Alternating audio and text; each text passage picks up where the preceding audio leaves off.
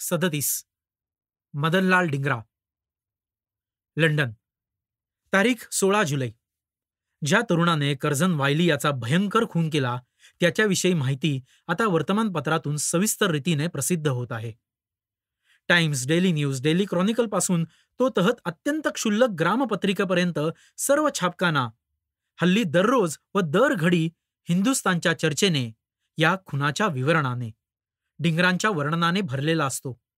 ज्या दिवशी सकाळी खुनाची पहिली वार्ता कळली त्या दिवशी रस्त्या रस्त्यातून वर्तमानपत्र विक्रेते मोठमोठ्यानं ओरडत दिवसभर हिंडत होते. डिंगराने केलेला खून, हिंदुस्थानचा द्वेष, एका हिंदूचे निधडे धाडस वगैरे कर्कश किंकाळ्या ऐकून मी घराचे खिडकीतून डोकावू लागलो. तो प्रत्येक घराचे दाराशी वर्तमानपत्राचे अंक विकत चाललेले होते. त्या दिवशी सर्व ब्रिटिश द्वीपामध्ये एकूण एक मनुष्याचे तोंडी हिंदुस्थान हिंदुस्थान हा एकच शब्द होता. तेव्हापासून आतापर्यंत वर्तमानपत्रात हिंदुस्थानच्या चर्चेपुढे दुसऱ्या कोणत्याही विषयाला थारा मिळेनासा झाला आहे. क्रिकेटची चर्चा देखील बंद पडली, तेव्हा इतर विषयांची काय कथा. ज्या दिवशी रात्री डिंगराने सर कर्झन वायलीवर 4 गोळ्या झाडल्या त्या दिवशी डिंगरा खुनाचे एक अर्धा तास आधी मिस बेक या अँग्लो स्त्रीबरोबर, ही बाई त्या दिवशी ज्या संस्थेचा उत्सव होता त्या संस्थेची सेक्रेटरी आहे, आपल्या नुकत्याच झालेल्या परीक्षेच्या गप्पा मारीत शांतपणे बसलेला होता. व तेव्हाही तो जवळ 2 पिस्तुले, सुरी व खंजीर अशी शस्त्रे ठेवून सर कर्झनवर पाळत ठेवत होता. नंतर जेव्हा कर्झन आले तेव्हा तो दारापाशी गेला व काही बोलावयाचे निमित्त करून सर कर्झन जवळ उभा राहिला. बोलण्यास आरंभ होताच त्याने पिस्तूल झाडले नाही, तर अगदी हलके बोलण्याचे मिश करू लागला.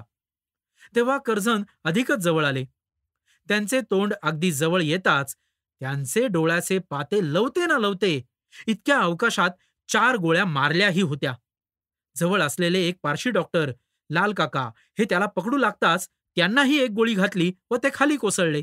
सर प्रोबेन हे मागून धावले, तरी डिंगरा न कचरता त्यांचेकडे झटकन फिरून कुस्ती करू लागला व त्यांचे हात पकडण्यात इतर 2 गृहस्थ गुंतले असता त्याने त्या सर्वांना झिडकारीत सर प्रोबेन यांना इतक्या जोराने खाली आदळून दिले की त्यांच्या 2 बरगड्या चिरडून गेल्या व त्यांचा चेहरा विद्रूप झाला. त्यावेळेस आणखी एका इंडियनाने त्यांचे अंगाशी लगटलेले होते व त्यांनीही आपले पिस्तूल पुन्हा सरसावले होते, परंतु इंडियन लोकांवर ते न झाडणे ठीक असे बहुधा वाटून त्याने ते परत फिरवले व शांतपणे तो उभा राहिला.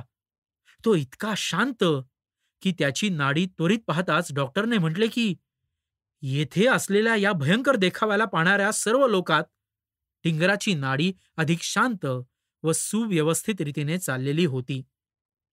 त्याच्या खिशात 2 कागद त्याच्या कबुली जबाबाने व स्वसमर्थनाने भरलेले सापडले.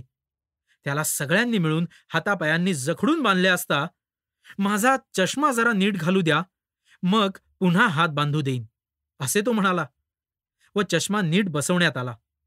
पोलीस कचेरीत नेल्यावर तो डोळे मिटून भिंतीशी डोके टेकून काही मिनिटे बसला व मग हसून गप्पा करू लागला. त्या रात्री त्याला गाढ झोप लागली होती. दुसरे दिवशी जेवणावरही त्याने यथेच्छ ताव मारला. काही दिवसांनी त्याच्या 1-2 स्नेहांनी त्याला भेटण्यासाठी खटपट केली व एक जणाला परवानगी मिळून तो त्याला भेटला तेव्हा डिंगरा इतका निर्भय उल्हासी होता की त्यांनी मागितलेल्या जिन्सामध्ये एक आरसाही मागितला होता. मला ड्रेस करण्यासाठी येथे एक आरसाही नाही, तर एक छानदार आरसाही धाडून दे, म्हणून तो म्हणाला जणू काय त्याला लग्नाचीच तयारी करावयाची होती.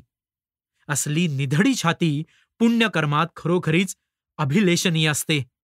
पापकर्मात ती मनुष्याला जास्त हिडीस स्वरूप देते. त्याला भेटण्याची हिंदी लोकांना सक्त मनाई करण्यात आलेली आहे.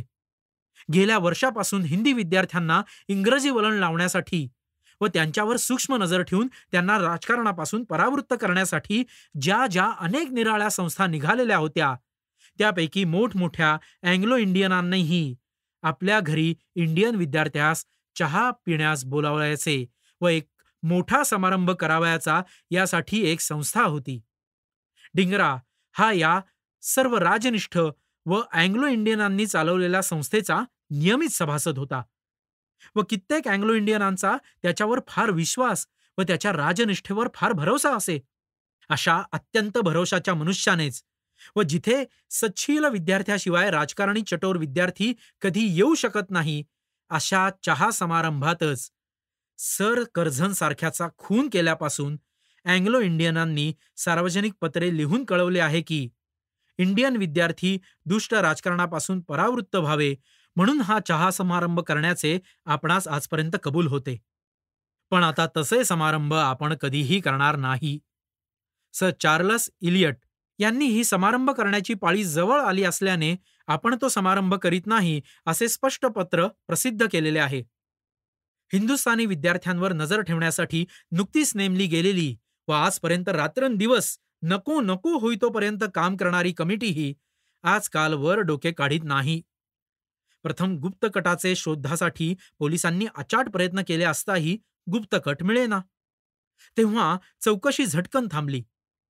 इतकेच नव्हे तर प्रत्येक हिंदी विद्यार्थ्याचे पायात लुडबुडणारे डिटेक्टिव्ह या खुनापासून जास्त होण्याचे ऐवजी मुळीच नाहीसे झाले आहेत.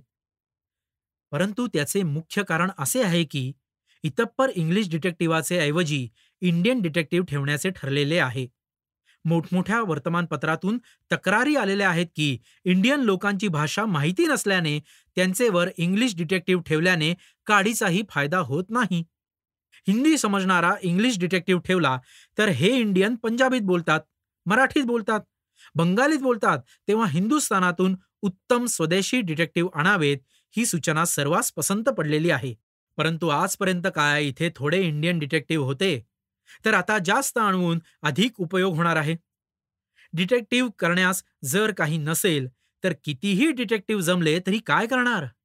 आणि दुर्दैवाची कहाणी अशी की इतर गरीबोगरीब विद्यार्थ्यांच्या मागे रात्रंदिवस डिटेक्टिव्ह लागलेले असताना मुख्य डिंगरासारख्या भयंकर मनुष्याच्या वर यत्किंचितही दाब नव्हता.